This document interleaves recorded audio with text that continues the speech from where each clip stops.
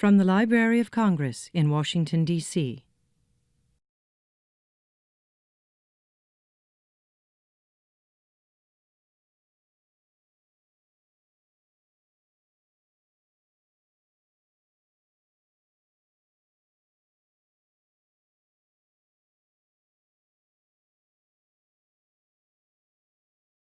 My name is Rob Casper. I'm the head of the Poetry and Literature Center at the Library of Congress, and I am pleased to introduce our new Witter Bynner Fellows. This marks the 16th year of the fellowship, in which the library's Poet Laureate Consultant in Poetry selects 2 poets to organize a reading in their hometown and travel here to the Library of Congress to participate in a reading and recording session. Before we get started, I'm going to have everybody do what I'm going to do, which is to turn off your cell phones.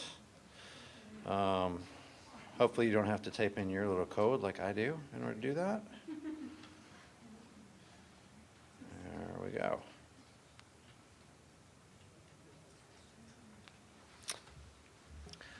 All right.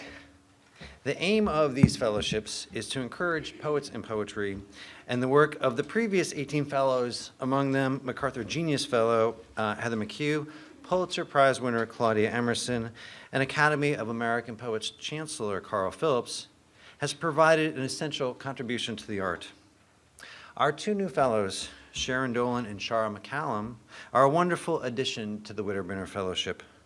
We look forward to celebrating their work tonight and supporting their future work through this honor.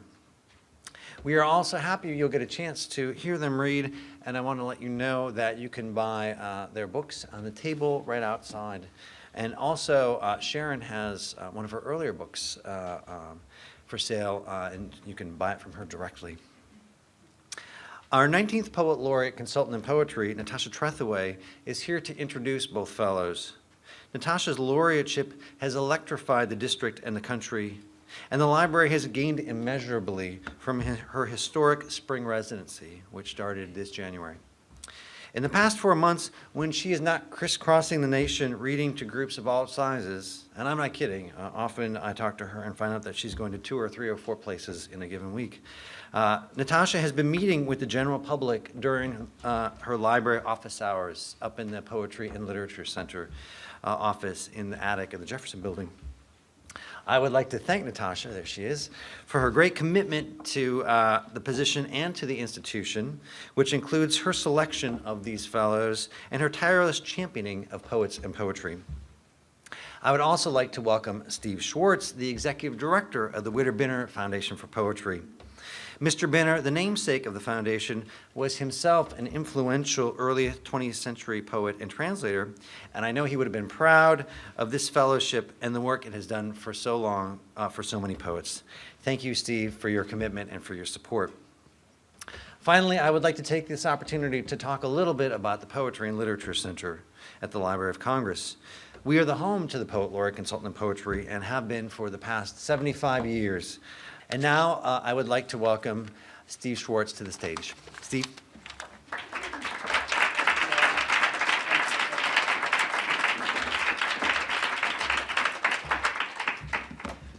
Thank you all so much. Well, I'm here tonight with a heart full of gratitude. I'm grateful to so many for the fact that this Witter Bynner Fellowship has carried on for 16 years. First of all, to the poet, Harold Witter Bynner, without whose generosity and vision there would be no Witter Bynner Fellowships in Poetry. I'm also very grateful to the Board of Directors of the Witter Bynner Foundation for believing that this idea might work, that a small foundation in Santa Fe, New Mexico might have something to offer the Library of Congress and the Poet Laureate. It's such a special thing to have a Poet Laureate in Washington. For me, it's an essential part of the balance of powers.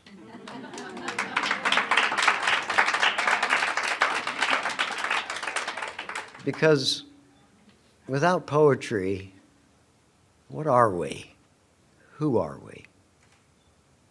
You can't be all mind and technology. We need the soul of humanity to keep us on track.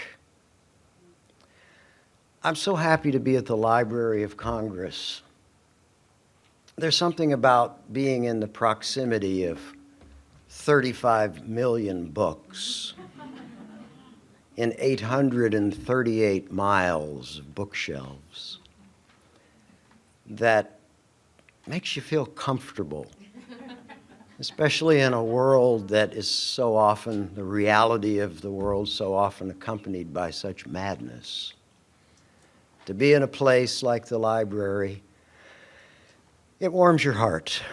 And so my beautiful wife, Lisa, and I are always so happy to take this odyssey to Washington, to be in this wonderful space.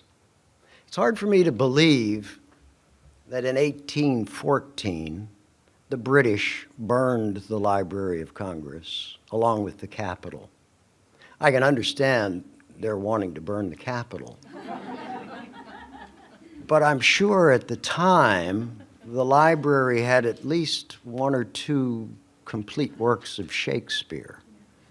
And to burn that is probably comparable to burning the Quran.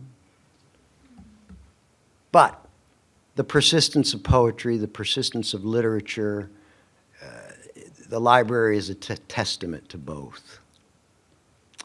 I don't know a lot about the Witter Bynner Fellowship recipients this year. I may call them the ladyships. I don't know a great deal about our Poet Laureate, but I know a little bit. I tried to do some homework. I know that our Poet Laureate, Natasha Trethewey, was invented by William Faulkner. I know that she believes in a certain ruthlessness about her poetry. And I think one has to be ruthless to be an artist in this culture, because there is so many obstacles against being an artist and expressing yourself artistically and speaking from your heart and your soul. You have to be ruthless, and God bless you for it. I know that Shara McCallum is a fan of Bob Marley, and Sharon, Dolin also, and I am as well, so we're in good company. I know that Shara is still editing her first poem. I heard her talk about it on YouTube. But I'm here to tell you to stop, because I think it's perfect just the way it is. I won't read it because she may read it this evening. I know that Sharon is really, she doesn't like having to wear glasses.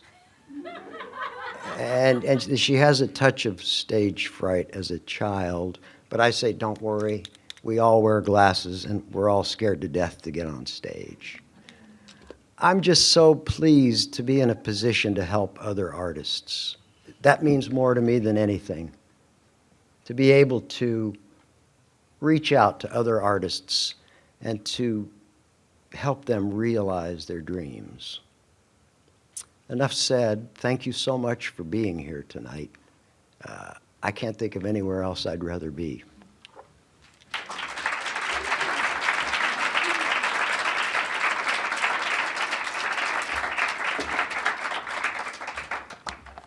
Thank you, Steve. That was wonderful. And you've got me thinking. I don't know.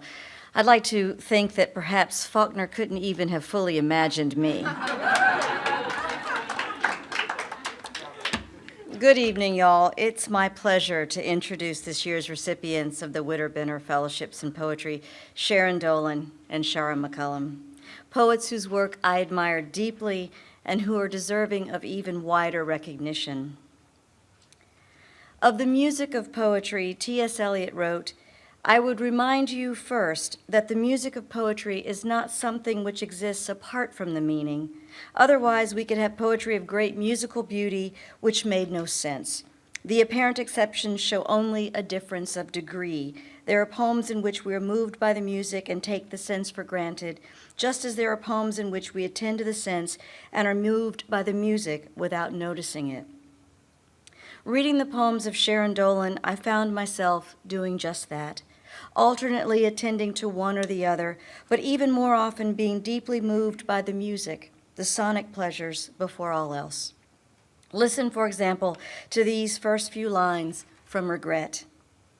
Here's another sin you're sunk within, owl-necked looking back to where you might have been, or what you could have done to keep you from the muck you're stuck standing in. Or these dazzling lines from her newest collection. You're my oboe bow, my oh boy of woe, met by chance, now we compose a contradance. The driving rhythms, the pleasures of alliteration and rhyme snagging the ear before, or is it at the same time, the mind grasps the sense, Dolin's arresting wit.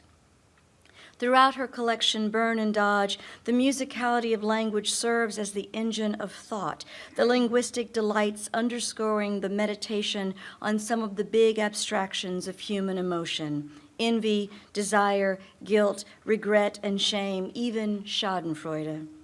What emerges is a billboard of the soul, the poet's, yes, but upon that billboard, too, I read the text of my own unarticulated self. This is one of the great values of poetry, how it shows us ourselves through the intimate voice of another. But it's only one of the many things I love about these poems. It's easy to envy the innovative handling of form, the echoes of tradition, the reinvention, how Dolin shows us again and again the inextricable link between sound and sense. Consider, for example, the long poem Current Events, written in the aftermath of 9/11, in which she meditates on language, parsing the meanings of ordinary words, who, what, when, and how, the journalist's toolkit, to show the ultimate strangeness of things, the why of them. She writes, because you're here to ask, because you're never late for work, except that day you were, because why is first, last, exhausting, inexhaustible. Sharon Dolin's a poet who shows us what it means to truly revel in language, who knows its inexhaustible range. Isn't English amazing? She writes in another poem, how we keep having to learn it. The journey of learning the language to see it made new again in the hands of this poet is sheer delight. Please join me in welcoming Sharon Dolin.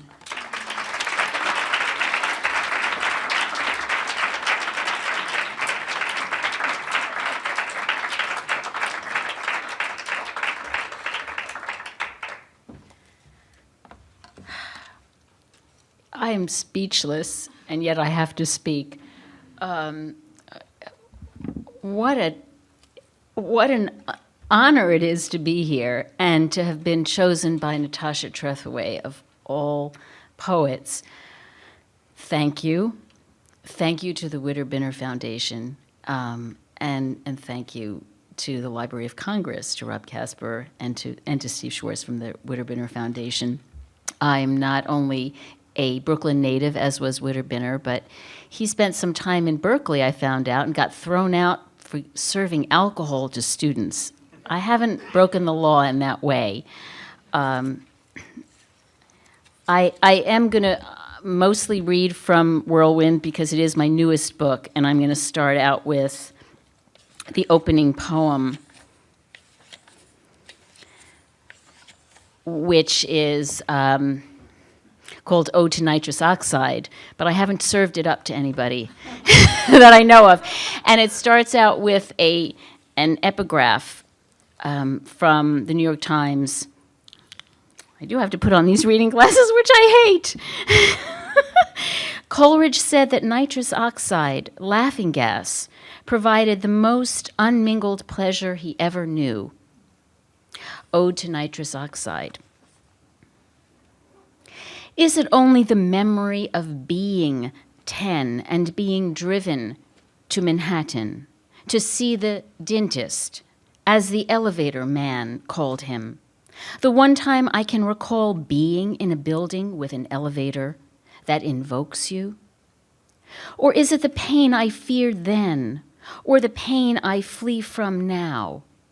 Tooth pain, the whirring drill, or the agonizing ache of hearing my husband just having had a housewarming party with another woman in another apartment, the one I don't have the keys to?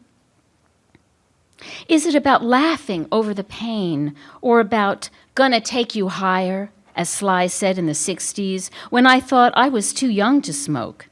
Yet there I was, snorting that sweet stuff up in the dentist's chair, on what must have been the Upper East Side, this Brooklyn girl from East Flatbush, and loving it. It felt like soft rubber wrapping around my face, around as the dentist drilled around and around, drilled and wiggled his nose and whiskers like a human bunny rabbit. Here I am now, 40 years later, asking for it in another East Side building where my name is announced, asking to be put out of my pain, to feel the numbness flower down my arms into my pelvis. Isn't it funny how good numb can feel? Is that the experience? Or is it waking up after, lucid but no longer asking or caring where it throbs, or when, or why, or because of whom?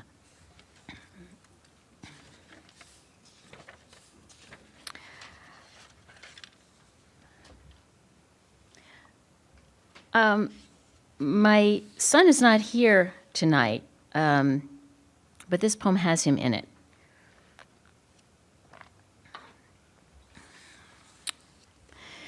I'm glad he's not here.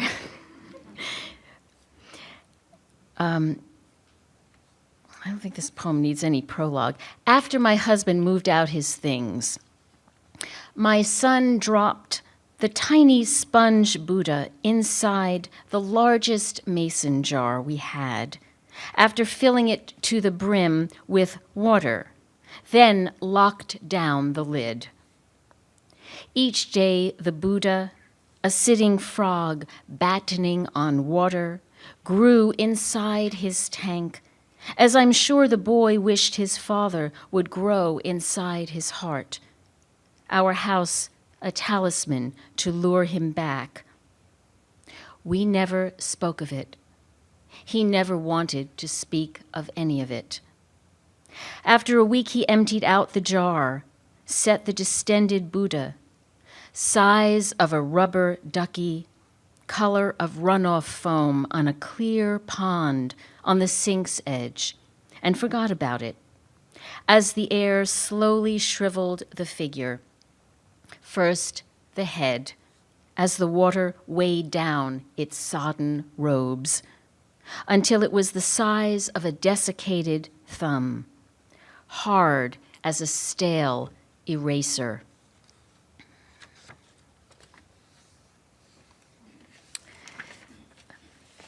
The next poem I want to read is called Unpairing, Proofreading My Marriage, and I was inspired by Paul Muldoon's poem Errata, and Charles Simic also has a poem called Errata. This one is very different, but it's the same form, thinking about how one proofreads a marriage. And the only words you might not know are ketubah, which is the Jewish marriage document, and the get, which is the religious divorce document.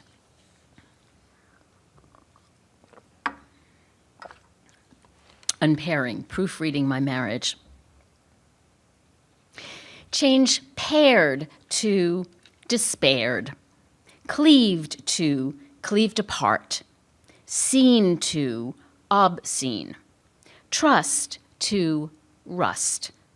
Change honor to your honor, lover to voleur, mattress to maîtresse, under his thumb to sunder him, numb, martyr to mar her, husband to us band, weaver to deceiver, we aver to we abhor, change forever to for never, for better or worse to far better divorce, change eternal bond to infernal fond, change adults are us to adulterous, change domestic bliss to oh, what a mess is this, what's mine is yours to what's yours is mine, change dependable to expendable, change loyal to lawyer,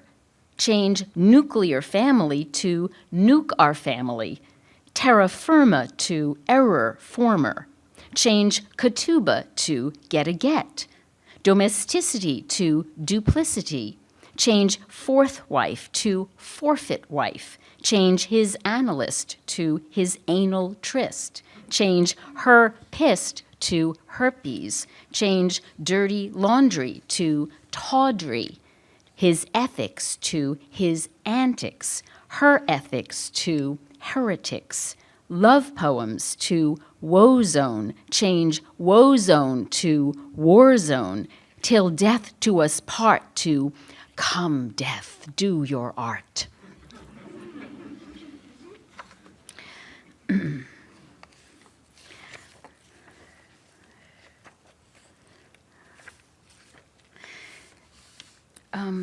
I've had people ask me why this book is called Whirlwind. I thought it was an obvious reference to Job, but maybe it's not. And in this final section, I actually quote Dolin, we were in a whirlwind, now we're in some better place. I was in a whirlwind, now we're in some better place. But so whirlwind, I was thinking of Job. And I'm going to read this poem. This is not about glasses, about sunglasses in the subway. There are some narrative poems in this book which I felt like I had gone away from, but then one has a story to tell, and then you just feel the pressure of narrative. And one hopes as Dante talked about the refining fire of art, I hope I've transformed the narrative and done something with a story, but there was a story to tell. This is Sunglasses in the Subway. I knew was a very bad sign. We'd just come from the marriage counselor, and what had he said? What ice stormed my heart? His declaring he'd lost all empathy for me, his wife, this doctor of empathy? Or was it the argument over reading? How I wanted him to read with me in bed, and his refusal? So that now, on the subway, he announced he would read. How is it possible to use reading as a weapon, a wounding shield? The shutters slammed down, and there wasn't a peephole of light. I sat next to a Buddha of stone and wept into the punishing fluorescence. Put my dark glasses on to guard me from the blinding shame and the gaze of others.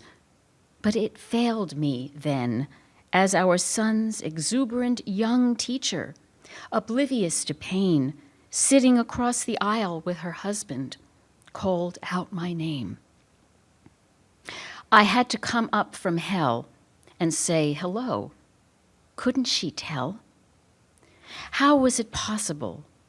Not the reading per se, but the armoring as aggression, as in the mission chair in his study into which he would retreat each evening, the book or newspaper more pressing than his son or wife. The shutters of his eyes slanted down onto the lines of any novel. Once, when I'd confronted him about lunch with his lover he swore was a friend, refusing to cancel and have lunch with me, that evening he scolded me. Why are the worst things always true? For having moved a single book in the living room, and I raged at him in front of our stunned son. And what did he do? He picked up the newspaper and read, as though untouched by the whirlwind, as though I had become Job, and he already my dead husband.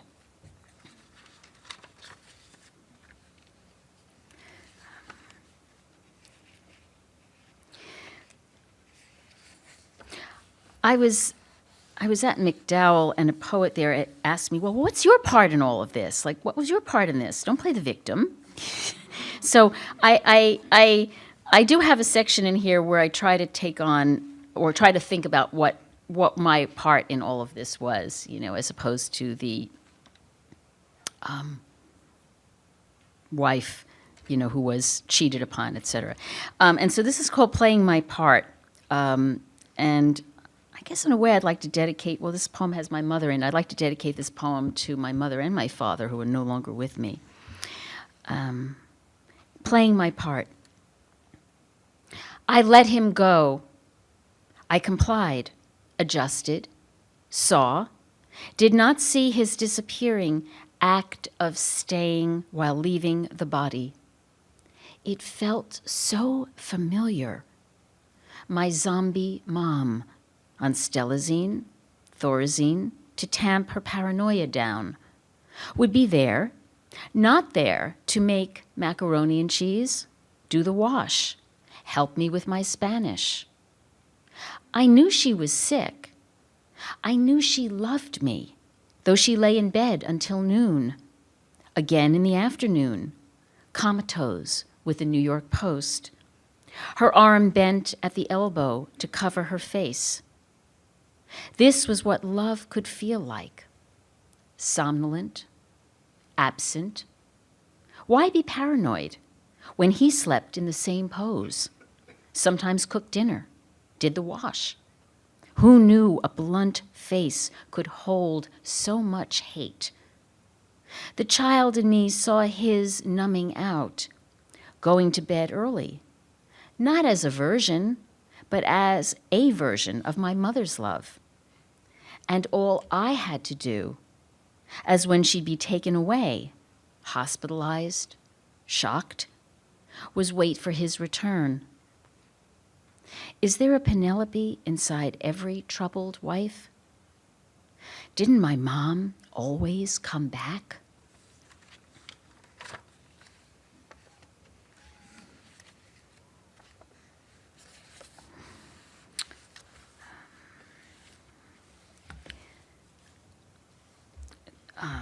This is a poem later in the book called Desire and the Lack. You can tell I went to graduate school at Berkeley in the 80s, in the late 70s, early 80s, because all we read was Derrida and Lacan. We read all the French theorists. We didn't really read literature. We didn't read poetry. Really, I spent an entire semester reading Derrida.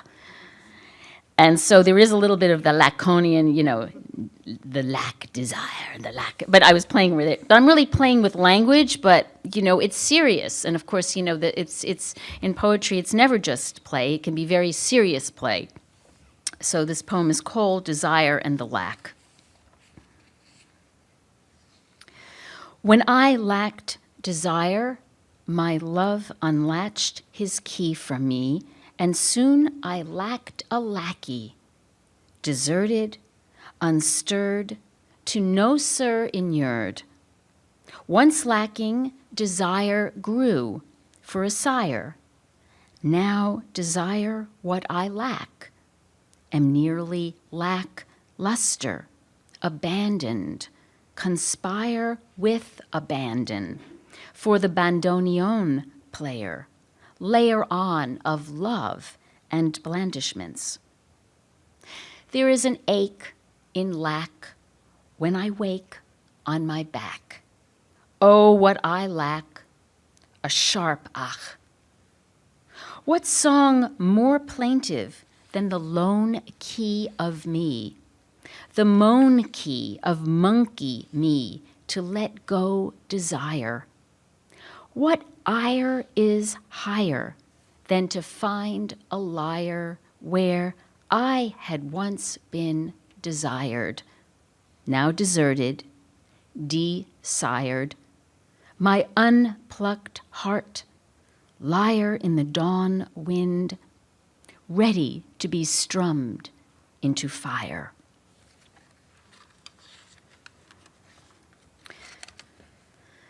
Natasha spoke so eloquently about Burn and Dodge. I want to read a few poems from Burn and Dodge and then close with some things from, again, in Whirlwind. So this is, the burning was burning up in all these different vices. It's good to be neurotic and right. I think it's hard to be a happy poet. I'm hoping, I've had moments of it, but suffering, you can do something with it. You really can. At least we make something beautiful out of it. It's and there's something satisfying in that. I don't look for the suffering; it just finds me. So this is called To Guilt. I don't know about you, but I think it's a common vice. I think of it as a vice. To Guilt. Eighth deadly sin, half hidden dissembler. You resemble dwarf centipede hunching among dead leaves and soil. Or are you between envy, who bites her nails, and sloth, who can't be bothered? You vanish when I'm hard at work, then gash me when I sit to read a novel or even think of running to the movies or out to buy a skirt. Or else your stepsister, Mother Guilt, with her 82 legs, barges in on me here in the cafe when I think I've given you the slip. She finds me slacking off for 5 minutes, not with my child, but reading the paper about a new species of centipede discovered in Central Park. How else assuage you, but equate you, draw you in? Among leaf litter, at less than half an inch, you are shorter than your name, Nanara Hoffmani. With your poisonous fangs, you will probably eat me when I am nothing but body. For now, feed on this.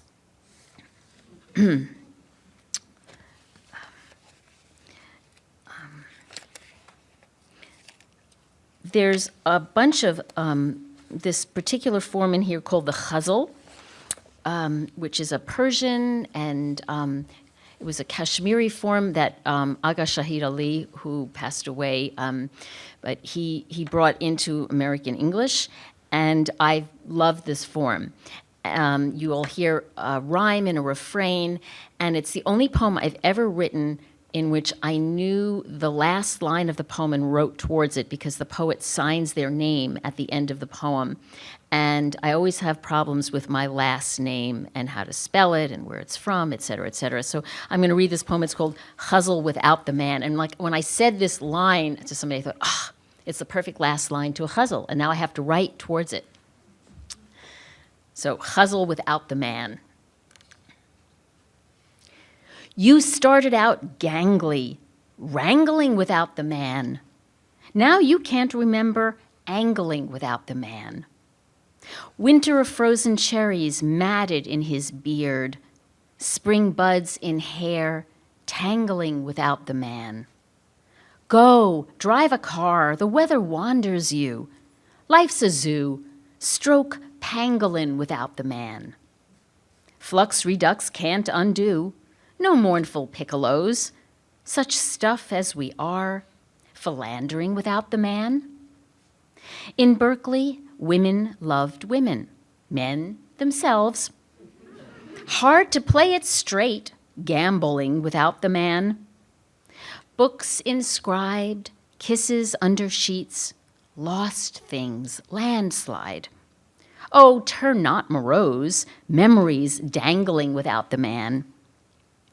What if, after all is bled and flung, it won't add up? Don't be so sure you can handle it without the man.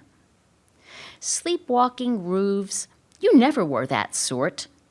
Picked up, the pieces mangling without the man. Got floaters in the eyes, water on the knees. Getting older, still newfangling without the man.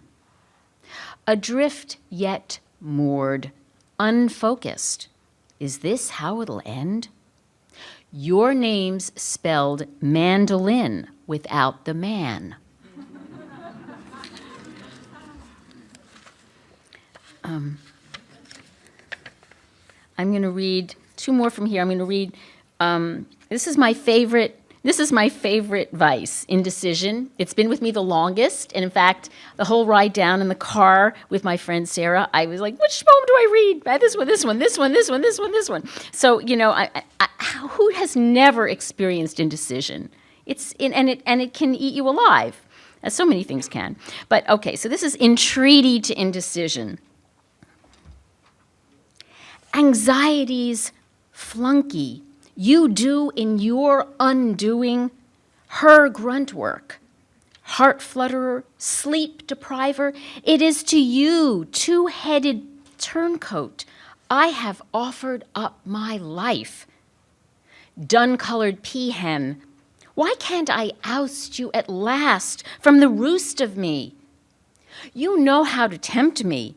On the one hand with your lavender veils, on the other with sea green, so I'm a swivel-headed spendthrift.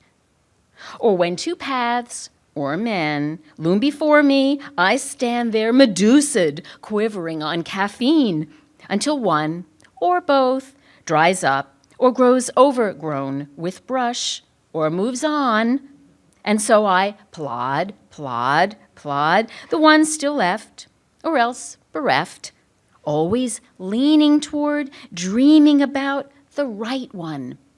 Can't you stop? I've worshipped at your twin altars long enough. Not to decide is to decide. On my teenage wall, my postered boast to live by. 30 years later, you're in my blood, and when your anxious mistress wells up inside, don't I know by now what I have to do to be rid of you? Or do I? And I'm going to read one more that I'm going to dedicate to Natasha. She mentioned it, and also to Shara. It's just such a pleasure to share the stage and this honor with Shara as well. And it's called Passing. And it's about the time when I lived in Brooklyn, different kinds of passing. Passing on the elevator down with her dad. The blonde baby girl careens out full kilter. On another day, she nimbles alongside her mom, whose face wears a permanent tan and freckles as she strolls beside her dark-skinned mom in a generational parade. So I can't help marveling at the quick progress of lightening from grandmother to grandchild, and wondering, what will Ruby, for that's the little girl's name, call herself when she goes to check the boxes all of us must fill? And you probably don't think it's the same, do you? When I hesitate each time I check Caucasian, of European descent, that I too am passing, in hiding with my ski clipped off so I sport an Irish surname, with straight blonde hair, blue-green eyes, snub nose, that even the rabbis have always believed I must be a convert. In Brooklyn, 50 years after the Holocaust, in my Italian working-class neighborhood, I never could bring myself to light a menorah in the window. One Saturday morning, when I descended 3 flights from my walk-up in a spring skirt, the worker who swept the walkway looked up. "Where are you going, all dressed up?" What I tossed off, I'm no longer ashamed to say was true and also a cover. For a voice inside whispered, "Don't tell him you're going to synagogue, where it doesn't matter that Jews, ask yourself what you think, are never quite white enough." "I'm going to meet someone," I said in passing.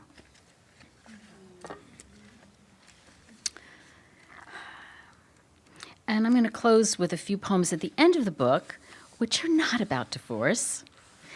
This one is about metaphor, really. And it's also, it has cicadas in it. And the cicadas are returning after 17 years. It also has a line, it opens with a line from Dante's Purgatorio. I mean, obviously, metaphor is quite old, as we know. It's one of the oldest known things. It's the sign of genius, according to Aristotle, the thing you can't teach. And so the title is from Dante.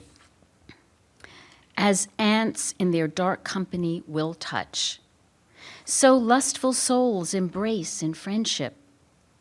So the blue damselfly alighting on my knee, so the darkening wheel of the moon, so the chipmunks nervous chittering, approach and then scampering retreat. Comparisons are endless, but to what purpose? If poetry is this world's impulse to find resemblance in remembrance, then what if you decide to open the page as a breeze lifts your hair, scatters 2 ripe leaves, plops a bullfrog with its one-note banjo twang, sets the cicadas' electric buzz when the sun is hot? All these movements toward expressions of the self, Yellow Jacket's spittle forming its gray paper nest in the playground where children, ignorant of the risk of being stung, climb and swing. What if nothing resembles anything else? What is beyond like or as, beyond the embrace of thing for thing? Paradise? The grave? Knots in the deck planks are weathered eyes that don't see, but mark a point of focus. See, you can't stop comparing. As children shouting from the other shore, the longed-for place of memory, so the souls calling out before they can be allowed to cross out of the land of this and that. And what are the darning needles marrying each other mid-air in a double-decker waltz but a contraction of words? What I mistakenly heard as dining needles as a child, as if lovemaking were a feast. And I'm going to close with 2 really short love poems. Enamorato, which means in love, and you'll hear lots of musical terms. And this is a triolet, which is a 13th century French form. I'd never written one before, and it's fun. I think I've written another one since. And it's a triolet because there's a line that recurs 3 times, another line that recurs twice, and there's all this rhyme. And I always think of myself as a visual poet, so it's interesting to think of myself, well, I guess one does everything. And you'll hear lots of sounds from music, and I think you'll know them. Maybe the one word you won't know is mum chance, which is being sort of silent or tongue-tied. Innamorato, a triolet. You're my oboe bow, my oh boy of woe, met by chance. Now we compose a contradance. I'm your cello, duo, solo. Please pluck me, pizzicato. My oboe bow, my oh woe boy, no mo. Crescendo, diminuendo, all my strings, obbligato, vibrato. We met perchance. Is this our contradance? My oboe of woe, no more. Now my oboe bow. With one glance, mum chance. No dalliance in this romance. And finally, this one is so heavily indebted to Lorca. I don't know what else to say. His Romance Sonambulo, where he talks about verde, que te quiero verde, green, how I want you green. The poem, in his case, goes on to be quite political. Mine is really just a love poem and really just is modeled after his first 2 stanzas. Gypsy ballad after Lorca. Blue, how you'll ride me blue. Blue hair, blue mouth, hips on the bed, crickets on the screen. With chest of night, he sleeps on his arm. Blue belly, flanks dark blue, and his eyes mud gold. Blue, how you'll ride me blue. Beneath the sweating cloud, someone is calling to him, but he can't hear. Blue, how I'll ride you blue. Small beads of rain fly up with the fireflies. The eyes of midnight are opening. The almond tree sways in the blue wind with its blue-lobed fruit, and the cactus, guardian of his blue pain, prickles his skin in the damp wind. But how will he come? From which direction, following which blue map? Still he rests his head on his hand, his blue belly, flanks dark blue, hips on the bed. Thank you so much.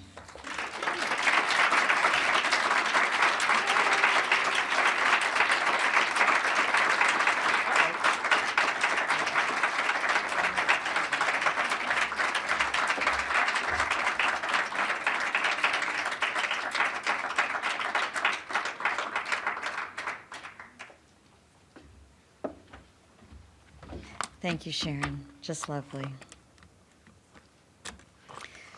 Born in Kingston, Jamaica in 1972, Shara McCallum immigrated to the United States in 1981, the day of Bob Marley's funeral, an event marking for her both an end and a beginning.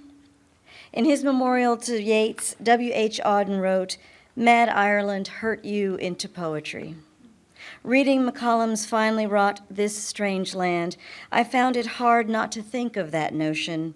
That place, a native land, becomes the crucible in which a poet's sensibilities are formed. From the impact of the historical moment into which the poet is born to the crystallizing pressures of childhood and familial relations, motherhood, daughterhood, wifehood, sisterhood, McCallum weaves a collection at once timely and timeless in its wisdom. The collection begins with a poem called Psalm for Kingston, a kind of love letter to the city of her birth, long lines and a litany of vivid imagery of the place and its people, in lively conversation with Margaret Walker Alexander's For My People. In McCallum's hands, the meditation on the nature of home yields a portrait of place where violence and beauty still lie down together, a place of which the poet must ask a crucial question. If I forget thee, she writes, who will I be, singing the Lord's song in this strange land? The strange land of the poet's lyrical reckoning is the exile's land, not only the place from which the immigrant travels, but also the world without, to which even the child at birth is expelled. Native land, motherland, so the poet asks, what is separation's geography? The mother's body is the country of our earliest memory, the soil from which we are formed. Our lives are an arc of flight, away, toward, away. Departures haunt this gorgeous collection in which the ultimate bargain struck is to live in a place where memory becomes a synonym for home. The state of being in a kind of psychological as well as literal exile, becoming a fertile ground for the poet's examinations. As Wallace Stevens wrote, from this the poem springs, that we live in a place that is not our own, and, much more, not ourselves, and hard it is in spite of blazoned days. This strange land is undergirded by two powerful scaffoldings. First, a series of poems interwoven throughout, titled Dear History, in which the poet questions the indifference of the past, its permanence, how it is closed to us unless we are willing to live in the present. That is, to see the presence of the past in our daily lives, not simply, for example, in her memory of Jamaica, the violence of a 1981 election before her departure, but, as she writes, this election, this war. Persona poems in the voice of a character named Miss Sally provide another scaffolding, wise commentary, allegory, and idiom in the lilting rhythms of the poet's other native tongue, reminding us of the edict to think wisely but express in the language of the common people. Sharon McCallum is a poet of such music and grace, she's able to show us again and again beauty masking its own violence, as in these lines from The Waves. There are moments in a life when everything comes apart, is ripped so clean, who you are is laid bare. If, as she writes, history is a room we cannot enter, Sharon McCallum gives us a way to know ourselves, our own geographies, a shimmering view into the past, its terrible beauty that belongs to all of us. Please join me in welcoming Shara McCallum.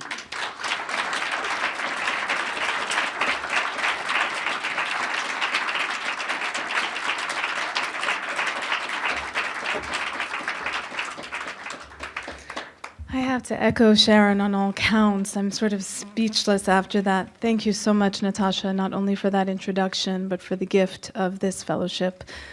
Thank you as well to Stephen Schwartz and all the fine work you do for all poets and for poetry. I just have to say one thing. He is no relation to my husband, Stephen Schwartzer. So I thought about that. I also want to thank Rob. Where are you, Rob? And all the amazing work that you do, and Caitlin, who was so gracious to lead us through the pathways underneath the buildings when we got lost. The Library of Congress, the Witter Bynner Foundation, everyone who made this possible, and all of you who are here. I can't look at many of you, as you know, since I will start weeping if I do. So many of you have shown up to surprise me, and I'm really, really grateful. I'm going to thank you also, Natasha, for so much of your own work, which has always inspired me, and not least of which in this collection. Natasha's work, for those of you who have not been privileged so far to read it, you must if you have not. She seamlessly blends the personal and public histories that are, for many of us, the great reckoning of our lives, trying to understand who we are in the moment in which we stand. And I really want to thank you for that work, not just for this, but for your own poetry, which has been a guide and an inspiration for me as well. I'm going to start by reading Psalm for Kingston, which I love that you said it's a love letter. It's how I've always thought of it. It begins with an epigraph from the very famous Hebrew Psalm 137. If I forget thee, O Jerusalem. City of Jack Mandora, me no choose none. Of Anansi prevailing over mongoose, brother rat, puss, and dog, and Nancy saved by his wits in the midst of chaos and against all odds. Of bawdy big boy stories told by peacock strutting boys, hush, hush, but loud enough to be heard by anyone passing by the yard. City of market women at halfway tree with baskets atop their heads or planted in front of their laps, squatting or standing with arms akimbo, susuing with one another, clucking their tongues, calling in voices of pure sugar. Come, Dudu, see the pretty bag I have for you. Then kissing their teeth when you saunter off. City of school children in uniforms playing dandy shandy and brown girl in the ring, tra-la-la-la-la, eating bun and cheese and bulla and mangoes, juice sticky and running down their chins, bodies arched in laughter, mouths agape, heads thrown back. City of old men with rheumy eyes, crouched in doorways, on verandas, paring knives in hand, carving wood pipes or peeling sugarcane, of younger men pushing carts of roasted peanuts and oranges, calling out as they walk the streets, and night draws near, of coconut vendors with machetes in hand. City where power cuts left everyone in sudden dark, where the kerosene lamp's blue flame wavered on kitchen walls, where empty bellies could not be filled, where no eggs, no milk, no beef today, echoed in shanty towns, around corners, down alleyways. City where Marley sang, Jah would never give the power to a bald head, while the bald heads reigned. Where my parents chanted down Babylon, Fire, Bun, Jah, Rastafari, Selassie, where they paid weekly dues, saving for our passages back to Africa. While in their beds, my grandparents slept fitfully, dreaming of America. City that lives under a long memoried sun, where the gunmen of my childhood are today's dons, ruling neighborhoods as fiefdoms, where violence and beauty still lie down together. City of my birth, if I forget thee, who will I be, singing the Lord's song in this strange land? As Natasha mentioned, there are several poems that alternate, and I'm mostly going to read from the first section of this book when I read from this collection. They alternate in three voices: the voice of the child looking back as an adult, that's Dear History, persona of me. There's the persona based very much on my maternal grandmother. When we migrated, my three younger sisters and I came with our maternal grandparents. For a year, my mother remained in Jamaica.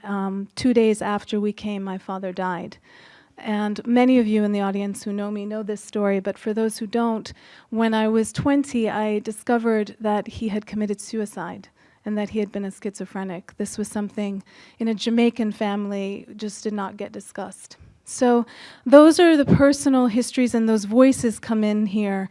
The voice of the child, the voice of my grandmother, who I reimagine as Miss Sally. She will tell you if she's here, I never said those things. So I take a lot of liberties. And the voice of the poet, the lyric poet speaker. Dear History, believe me when I tell you, I did not know her name, but remember the color of her dress, red, like my own school uniform. I did not know death could find a girl, walking home, stick in hand, tracing circles in the dirt, singing as she went along. I did not know death would find someone for wearing the wrong color smock in the wrong part of town. My parents spoke in hushed tones, but I heard the story of her body, dragged from street to gully, left sullied in semen and blood. I heard the song she sang, the one I wish I could sing now. Truth is, I was that girl. Truth is, I was never there. Miss Sally on politics. He's a one-eye man in a blind-eye country. But how can do better when no one want to see what going on? Every time party man come round, him jumping up and down, little puppy, eager for please. Him tell me it's not woman business this election. It's not for me, if you understand. Me tell you, all the same what I know. If you see a jackass, don't you must ride it. I will say, and Rob, please don't kill me for exposing my political allegiance. That poem was a heck of a lot more fun to read when Bush was in office. Not his office, just the reading of the poem. The waves. We walk into rooms that wait for us to enter them. We walk into waves that threaten to drown us. But they don't. They fill us instead with salt, sand, and their own light. As a child from a small boat, I watched my father swim away, ignoring my mother's pleas, her voice sucked into the wind, my own no match for the undertow or sharks I feared. There are moments in a life when everything comes apart, is ripped so clean, who you are is laid bare. My father returned to us that day, but he was not the same man I had seen enter those waves. Miss Sally on love. I like always to be able to see every part of a room. We had this discussion at lunch today. My sister and I have the same obsession that when we sit in a restaurant, we can never have our back to people. But it's true of a reading too, so I'm trying very hard to see the right side here. Miss Sally on love. In my time, I was a girl who liked to spree. The whole world would open for me if I shift me hips to strain the fabric of me skirt, just so. Still, I did learn me lesson where love concern. If snake bite you, when you see even lizard crawling with him belly pon ground, you run. Now the gal come to me, says she fall in love with man who have a plan for change. But she no notice him also carry gun. And Lord, how she no see who running the show and who keeping house same way.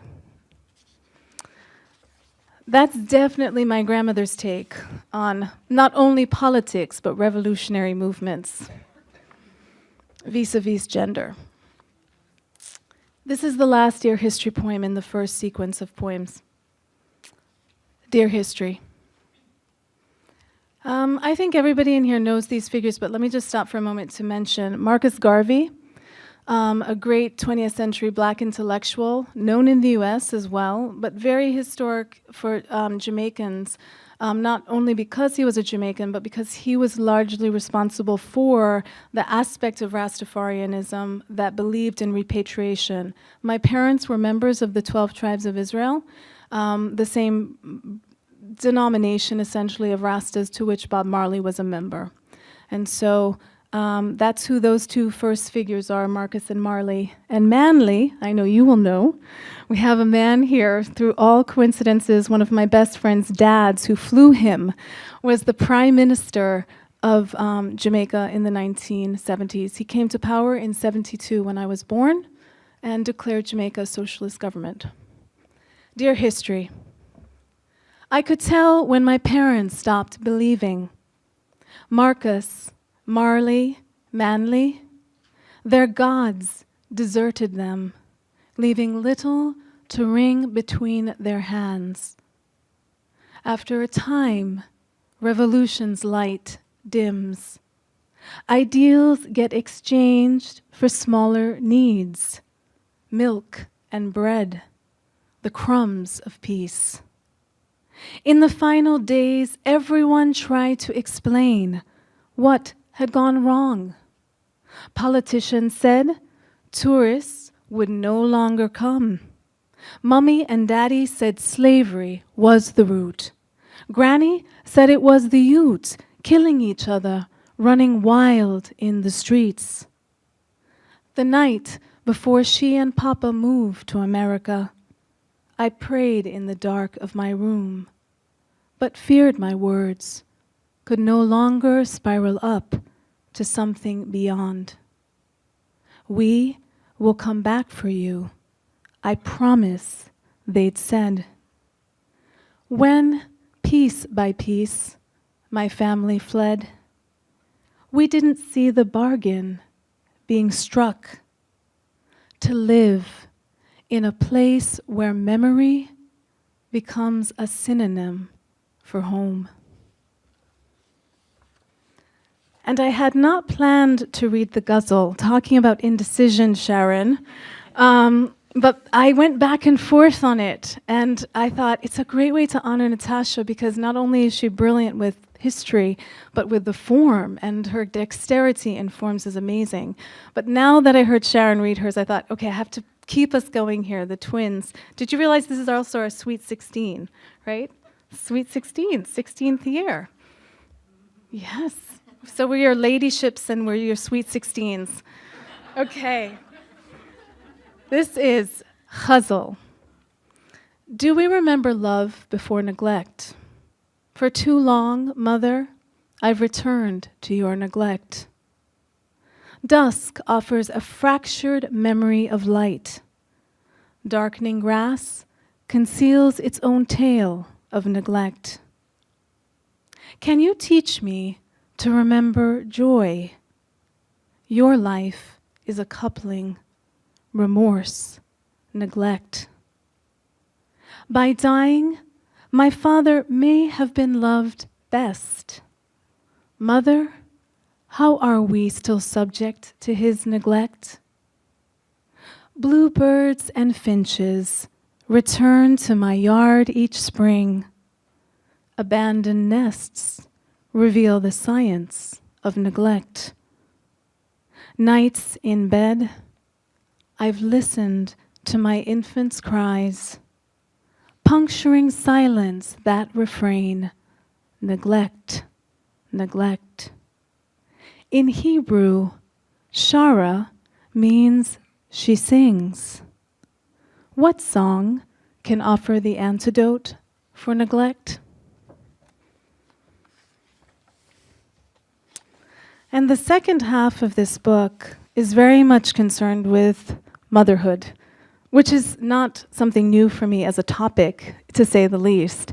But what's new is that I became a mother.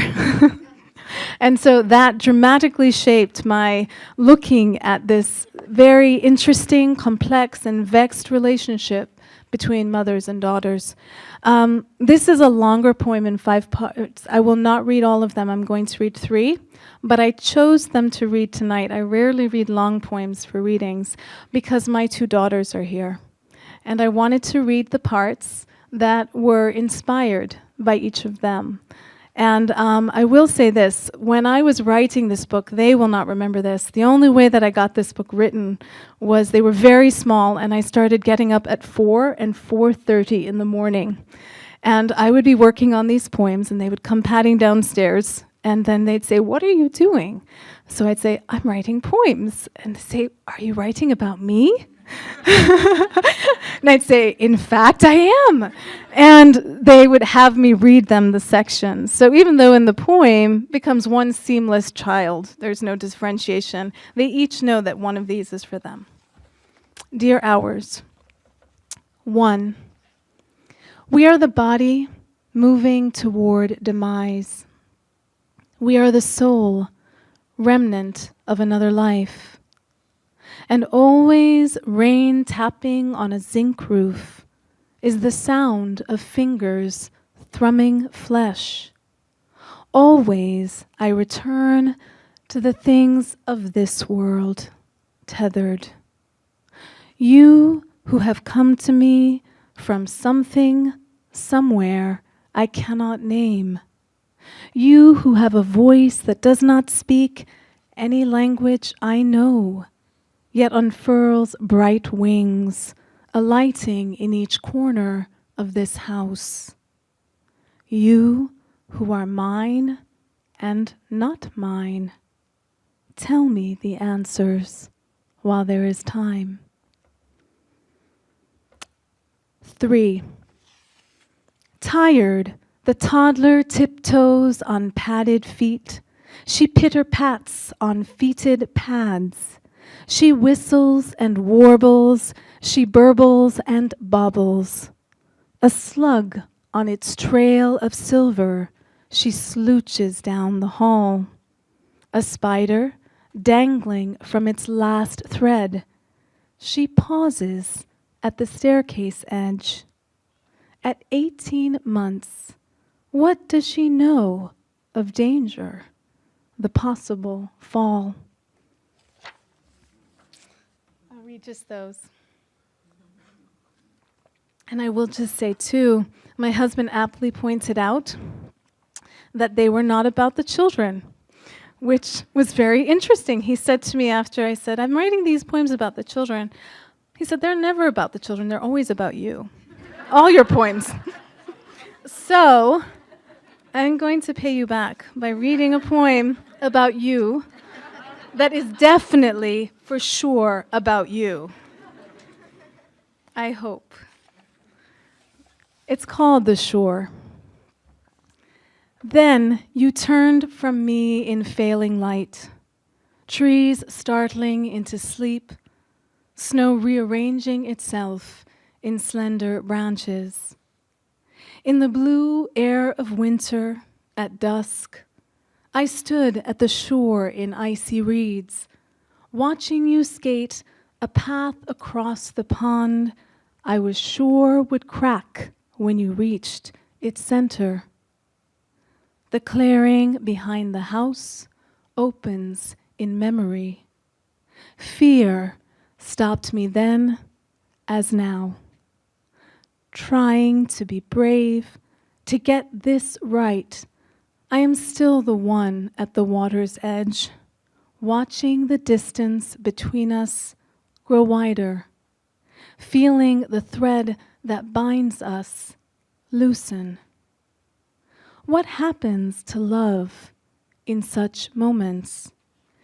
Even now, as you sit in this morning's light, and I cannot trace the lines of your face, I struggle to see you clearly. Not the man I love, but the man who is, finally, simply himself. And I'm going to read a couple new poems, and then I'll close with one more by Miss Sally, my very first Miss Sally poem. I have to say again how special it is to read here, partly too because I came here as a graduate student a lot for readings. So it's really something at that time I would never in 5 million years imagined I would read here. So thank you again, Natasha and Rob, really. So I'm going to read just a couple of new poems and then finish with Miss Sally. This is a poem. These are a series of poems I'm working on. Because I just write the same poem again and again, series are an endlessly helpful source of comfort. Because I also enjoy writing in persona, voice. This was a lot of fun. I began writing these poems about this woman. She's not really defined in any sense, but I've just named her the Mad Woman. She's some aspects of many of the women we know. And as I get older, I find it's very delightful to find a way to access this figure who is so angry a lot of the time. It's amazing to me how she's so angry. So this is her, and then I allow her daughter to speak. These are just some new things. The Mad Woman and Ash. Yes, I start fires at will. Was a time I thought to put them out. But blue-tongued flames licked into my dreams, till I woke ready to strike that first match. You can guess, of course, what comes next. But have you considered destruction is kin to desire? The ruined and ruinous require each other for breath. As a blaze raises a field, or reduces a city to embers, I too deliver damage. So whatever can be sifted from ash will smolder with the knowledge of its own disaster. The Mad Woman's Daughter. And like Natasha, this woman comes from a place that even Faulkner could not have imagined. The Mad Woman's Daughter. All my life, I have been pursued by whispers. What picnic? So greedy it consume its own mama. I was born at the time of day between night and morning, the hour of duppies and dream. My mother's screams seemed the world I left and the one I entered. Her spirit extinguished the instant mine lit. Before language possessed me, I knew my life would be marked by her sorrow pressed into my skin, by her laughter, broken stones that fill my mouth.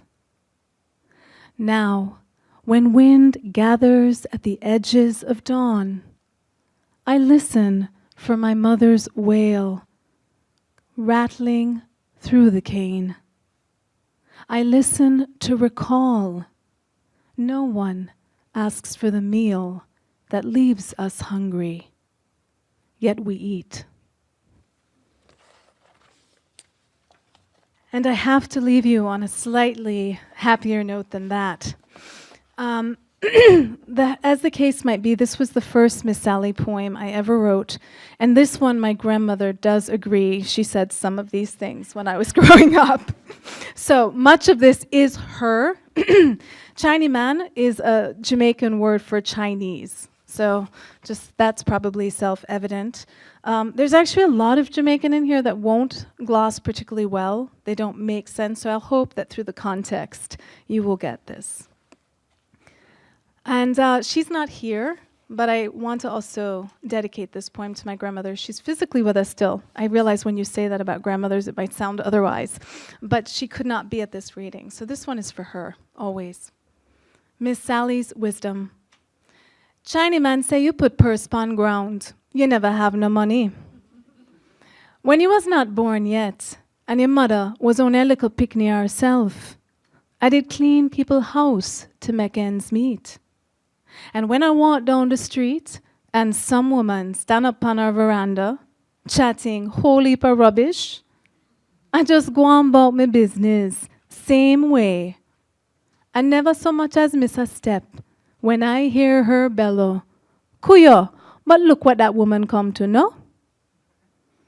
Now to see you like so, looking like you lost your last friend. Believe me, I understand. I know what it is to want and not have. To dream and next thing, you turn round and swoops, your life done pass already. Before you even think, you start. So listen good to your old granny. Clutch your purse pon your lap or tight up against your chest. But remember, wanty, no getty. Thank you.